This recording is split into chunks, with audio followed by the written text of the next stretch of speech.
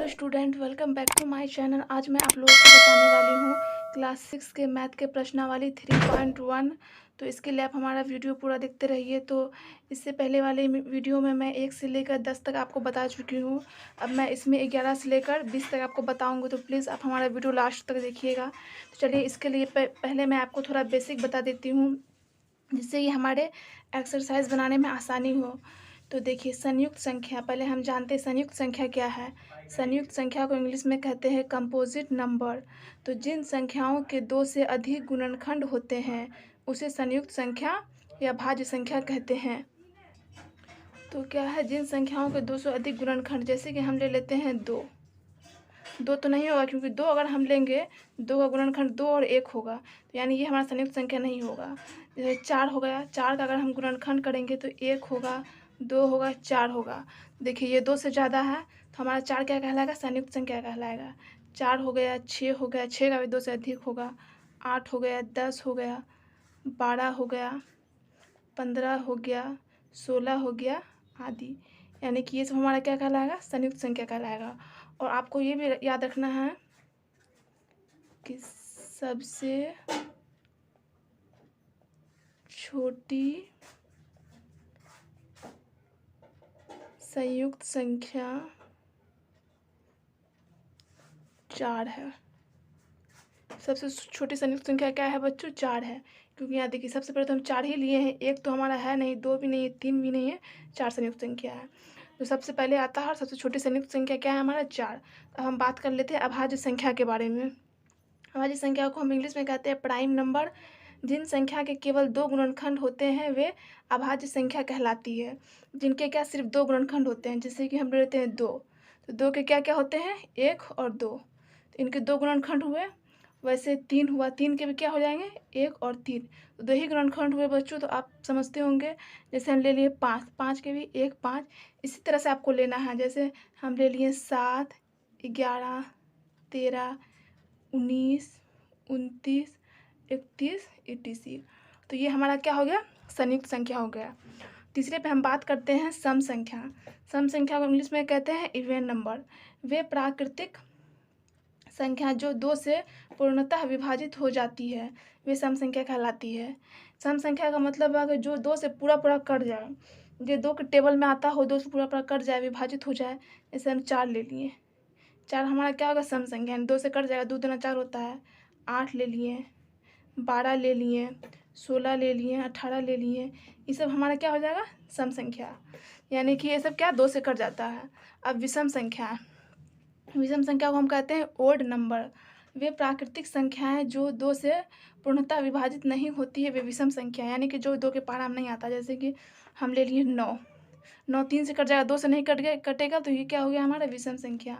2 के बाद ले लेते हैं 15, ले लेते हैं 21, ले लेते हैं, तो इसी टाइप से 25 ले लेते हैं। तो ये सब क्या हमारा हो जाएगा, विषम संख्या हो जाएगा। जैसे 35 ले लेते हैं, तो ये सब हमारा विषम संख्या कहलाएगा। तो आई होप आपको इतना समझ में आ गया होगा। तो चलिए, अब हम एक्सरसाइज का मैथ देखते हैं। तो देखिए, 3.1 का आज मैं 11 नंबर बताने आप लोगों को जा रही हूँ। एक से लेकर 10 तक मैं पहले बता चुकी हूँ। अगर आपको हमारा वो वीडियो देखना है तो हमारे चैनल पर जाकर प्लीज़ देख लीजिएगा। तो ये देखिए, 11 नंबर में क्या कह रहा है, सबसे छोटी संयुक्त संख्या बताए। तो हम आपको संयुक्त संख्या के बारे में पीछे बताए हैं कि जिनके 2 से अधिक गुणनखंड होते हैं। तो हमें लिखना है सबसे छोटी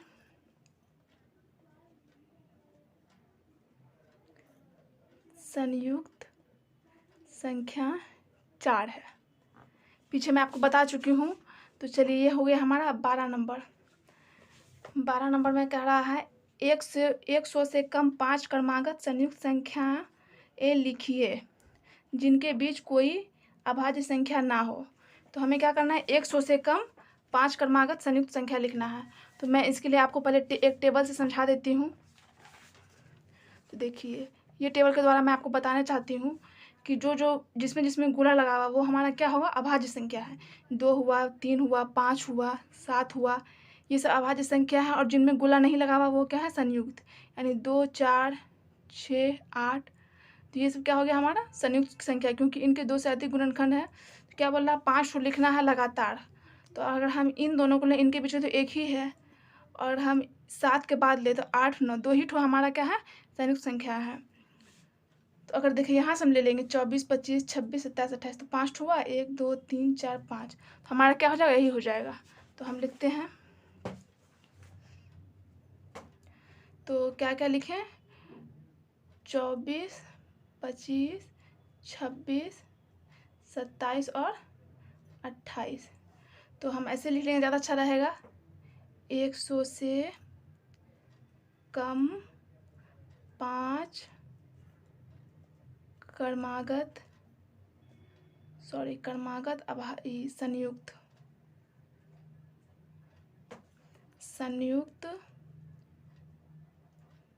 संख्या 24 25 26 27 और 28 है। तो आई होप आपको समझ में आ गया होगा। यानी 100 से कम 5 क्रमागत संयुक्त संख्या है, 24 25 26 27 और 28 है। चलिए अब हम 13 नंबर देखते हैं। 13 नंबर में है, किसी संख्या के इकाई स्थान पर 5 है, यदि वह संख्या 150 और 200 के बीच की हो तो वह संयुक्त होगी अथवा अभाज्य। तो इकाई स्थान पे क्या होना चाहिए, हमें इकाई स्थान पे 5 भी होना चाहिए, और वो किनके किनके बीच होना चाहिए, 150 और 200 के बीच होना चाहिए, यानी इनके बीच हमको लेना है। तो हम इनके बीच ले लेते हैं।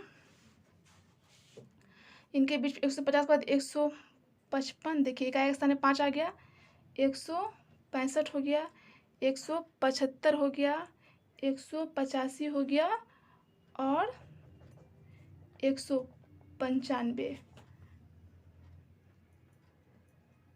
संयुक्त संख्या होगा।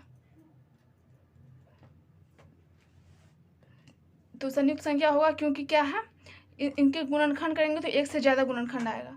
मान लीजिए हम 155 का अगर गुणनखंड करेंगे तो एक आएगा, 155 भी आएगा और इसका 5 भी आएगा, क्योंकि इसके इकाई स्थान में 5 है तो ये 5 से भी कटेगा, तो क्या होगा, एक से ज़्यादा गुणनखंड है, इसलिए इस क्या होगा, संयुक्त संख्या होगा। तो आई होप आपको समझ में आता होगा। प्लीज़ हमारे वीडियो को लाइक ज़रूर कीजिएगा और पूरा देखिए, आधा छोड़कर बिल्कुल भी मत जाइएगा। तो अब 14 नंबर देखते हैं। 10 से बड़ी किसी संख्या के अभाज्य होने के लिए उसके इकाई स्थान पर कौन कौन से अंक हो सकते हैं। पहले हम 10 से बड़ी संख्या लिख लेते हैं।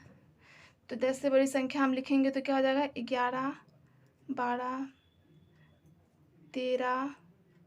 तो इनमें क्या कह रहा है कि संख्या 10 से बड़ी की संख्या के अभाज्य होने के लिए उसके इकाई स्थान पर कौन, तो हमें अभाज्य संख्या लिखना, तो अभाज्य संख्या हम लिखते हैं। अभाज्य संख्या 10 के बाद 11 होगा, 13 होगा, 13 के बाद 17 होगा, 19 होगा। ये सब क्या अभाज्य संख्या है। तो इनके इकाई स्थान पे क्या क्या होना चाहिए, देखिए इनके इकाई स्थान पे 1 है, 3 है, 7 है, 9 है। तो हमें ऐसे लिखना है, 10 से बड़ी किसी संख्या के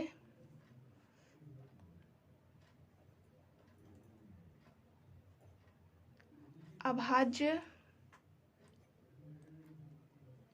होने के लिए उसके इकाई स्थान पर क्या होगा, 1 3 1 3 7 और 9 होंगे। तो हमारा ये भी कंप्लीट हो गया। तो चलिए अब हम क्वेश्चन नंबर 15 पहले पढ़ लेते हैं। क्या कोई ऐसी भी संख्या है जिनका कोई गुणनखंड ना हो। तो इन्हें पहले हमें गुणनखंड निकाल के देखना होगा। पहले हम गुणनखंड निकाल के देख लेते हैं। 15 नंबर, तो क्या कोई ऐसी भी संख्या जिनका कोई गुणनखंड ना हो, नहीं। तो हमें लिखना है, नहीं कोई भी ऐसी संख्या नहीं है जिनका कोई गुणनखंड ना हो। अगर हम 1 ले लिए, 1 का भी गुणनखंड क्या हो जाएगा, 1 गुना 1 हो गया। 2 ले लेंगे तो 2 का भी गुणनखंड 1 और 2 हो जाएगा। 3 ले लेंगे, 3 का गुणनखंड 1 और 3 हो जाएगा। इसी तरह हर संख्या का कोई ना कोई गुणनखंड होता है, तो इसलिए हमें लिखना है नहीं, कोई भी ऐसी संख्या नहीं है जिनका कोई गुणनखंड ना हो। तो हमारा 15 तक कंप्लीट हो गया। अब चलिए क्वेश्चन नंबर 16 देखते हैं। क्वेश्चन नंबर 16 में क्या कह रहा है, 1 और 100 के बीच सिर्फ 2 संपूर्ण संख्याएं हैं, वे कौन कौन सी है। तो ये हमें देखना है 1 और 100 के बीच सिर्फ 2 संपूर्ण संख्या हैं, वे कौन कौन सी है। चलिए देखते हैं। तो हम आपको बता देते हैं 1 और 100 के बीच सिर्फ 2 संपूर्ण संख्या हैं। मैं आपको एक बार एग्जाम्पल के द्वारा भी समझा देती हूँ, जिससे कि आपको और अच्छा समझ में आ जाए। तो यहाँ देखिए, संपूर्ण संख्या, इसको हम क्या कहते हैं इंग्लिश में, परफेक्ट नंबर कहते हैं। जैसे 6 के सभी गुणनखंड, 1 और 100 के बीच 2 ही संपूर्ण संख्या हैं, 6 और 28 है। मैं आपको यहाँ बता देती हूँ, जैसे 6 के अगर हम गुणनखंड लेंगे तो 1, 2, 3 और 6 है। इनके गुणनखंडों को हम जोड़ देंगे तो उन संख्या का दुगुना होना चाहिए, वही संपूर्ण संख्या कहलाता है। जैसे हम इनको जोड़ दिए, 1 जोड़ 2 जोड़ 3 जोड़ 6, 12 हुआ। 12 को हम 2 से गुना करेंगे तो क्या आएगा, गुणनखंड के बदले 2 छक्के 12, तो हमारा 12 आ गया। तो यानी 6 के सभी गुणनखंडों का योगफल 6 का दुगुना है। यानी 6 का जो गुणनखंड है उनका हम योग करेंगे तो 6 का दुगुना होगा। चलिए इसको हम सॉल्व करते हैं। 6, जैसे हम 6 को ले लिए, 6 का गुणनखंड क्या क्या हो जाएगा, 1, 2, 3 और 6। अब इनको हम जोड़ेंगे, 1 जोड़ 2 जोड़ 3 जोड़ 6, तो क्या आएगा, 6 3 9 10 11 12। अब 12 जो इनका गुणनखंड आया, तो देखिए 2 से गुना करेंगे, 2 छक्के 12 हुआ, उनका दुगुना हो गया। तो यही मतलब हुआ संपूर्ण संख्या का। एक संख्या 28, 2 ही संख्या है। 28 का गुणनखंड क्या हो जाएगा, 1 हो जाएगा, 2 हो जाएगा, 4 हो जाएगा, 7 हो जाएगा, 14 हो जाएगा और 28 हो जाएगा। इनको हम जोड़ेंगे, 1 जोड़ 2 जोड़ 4 जोड़ 7 जोड़ 28, इनको हम जोड़ेंगे तो हमारा जोड़ के आएगा 56।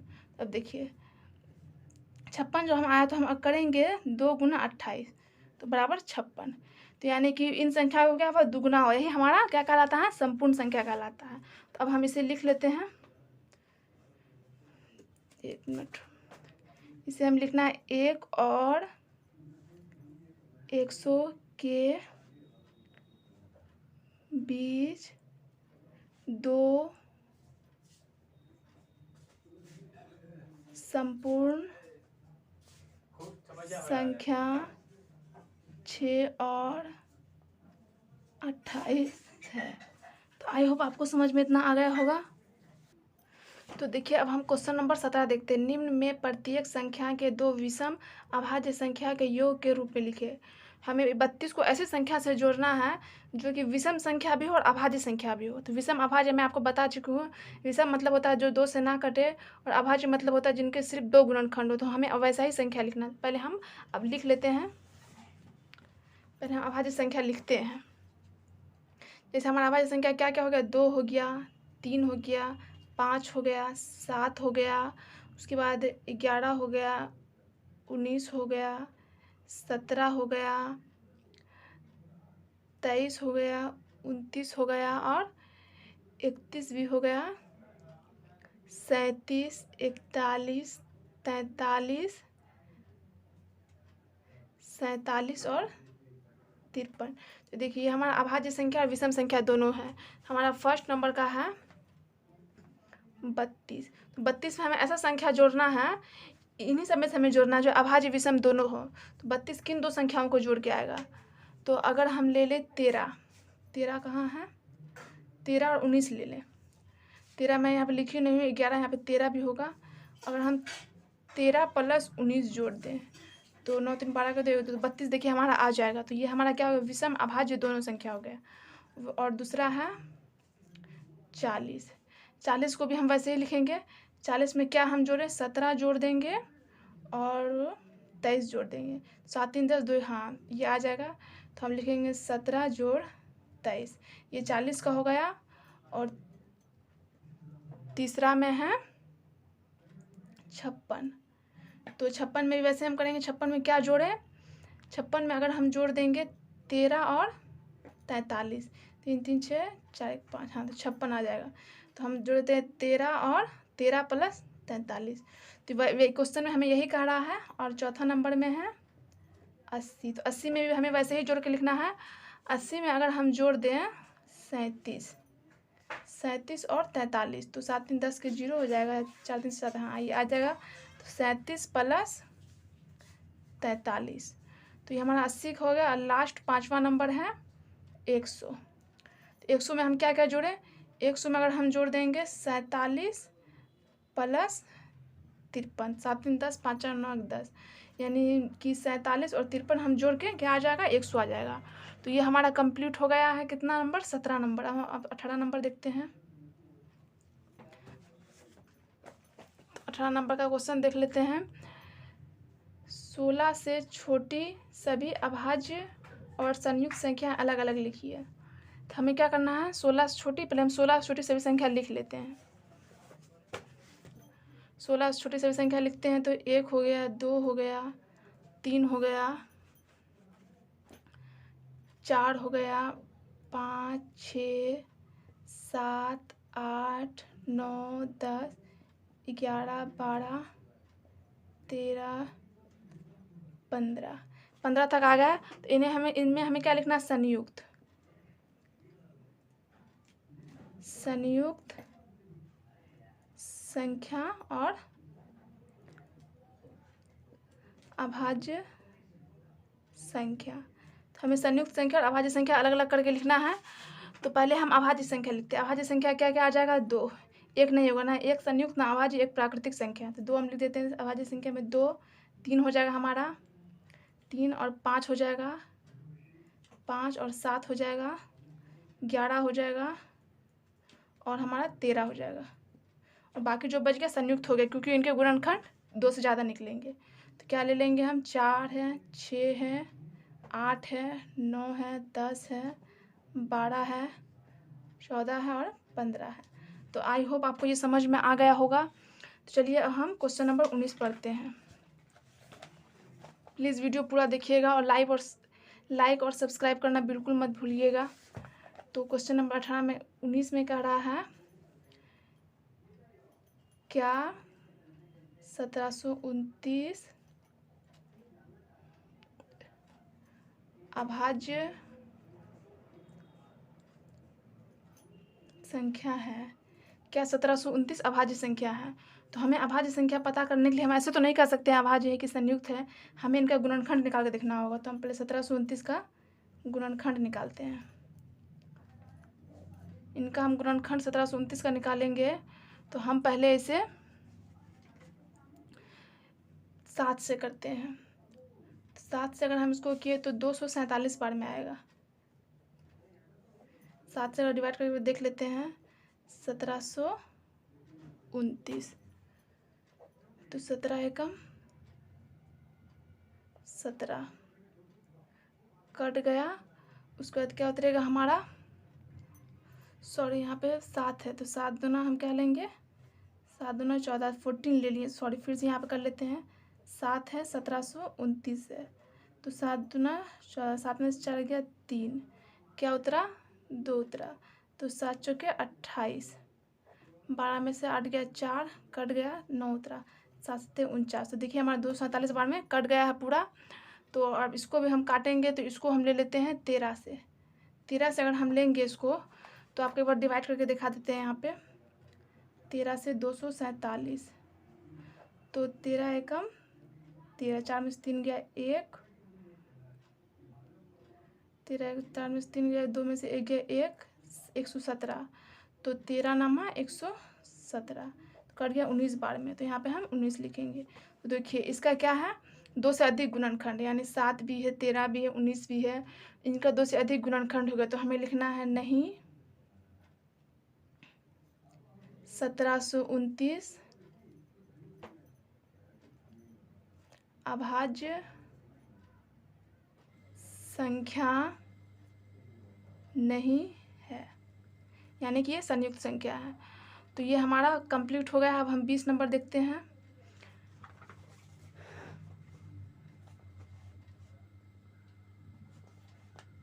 तो 20 नंबर में हमारा देखिए, निम्नलिखित में जो सत्य है उसके आगे सत्य का चिन्ह और जो गलत है उसके आगे गलत का चिन्ह, वह संख्या जिसका केवल एक अपवर्तक होता है वह संख्या एक है। हाँ, एक है। तो हम यहाँ पे लिख देते हैं 1 नंबर का हो जाएगा हमारा सही, क्योंकि एक जो है तो एक का गुणनखंड एक ही होता है। 2 नंबर, सबसे छोटी सम अभाज्य संख्या 2 है। इनमें पूछ रहा है सबसे छोटी सम अभाज्य संख्या 2 है, तो इसमें भी सही हो जाएगा कि अभाज्य संख्या सबसे छोटी 2 ही है। 2 क्या है? सम संख्या और अभाज्य संख्या दोनों है। इनमें भी हमारा सही हो जाएगा। तीसरा नंबर में है सबसे छोटी संयुक्त संख्या 6 है, तो सबसे छोटी संयुक्त संख्या 6 नहीं 4 है। मैं आपको बता चुकी हूँ पहले, संयुक्त संख्या क्या है? 4 है, तो इसमें क्या हो जाएगा? गलत। उसके बाद चौथा नंबर में है 2 अभाज्य संख्याओं का योग सम होता है। अगर हम 2 अभाज्य संख्या ले लिए, मान लिया हम ले लेते हैं 2 + 3, तो क्या आ गया? 5, जो कि क्या हुआ? 5 क्या है? विषम है, तो ये हमारा गलत हो जाएगा। 4 नंबर क्या हो जाएगा? गलत हो जाएगा, क्योंकि 2 अभाज्य संख्या का योग हमारा क्या आ गया? विषम आ गया, सम तो नहीं आया। और चौथा 5वां नंबर पे है 2 को छोड़कर किन्हीं भी 2 अभाज्य संख्याओं का योगफल सम होता है। ये भी हम करके पहले देख लेते हैं, कहाँ गया ये 5 नंबर। 2 को छोड़कर किन्हीं भी 2 अभाज्य, तो हम किन्हीं भी 2 अभाज्य संख्या ले लेते हैं। जैसे हम ले लिए 5 + 7 = 12, और एक ठो ले लेते हैं 11 + 13 = 3 × 4 1 1 2। तो देखिए दोनों सम आया, तो हमारा 5वां नंबर हो जाएगा सही, क्योंकि सही बात है 2 को अगर हम छोड़ के लें तो सबका क्या आ जाएगा? सम आ जाएगा। तो ये हमारा हो गया। छठा में है सभी सम संख्याएं संयुक्त संख्याएं हैं। क्या छठा में? सभी सम संख्याएं संयुक्त संख्या है, तो हम इसमें हो जाएगा गलत। कारण ये है क्योंकि 2 जो है सम संख्या है, 2 सम संख्या है, 2 क्या है? सम संख्या है, लेकिन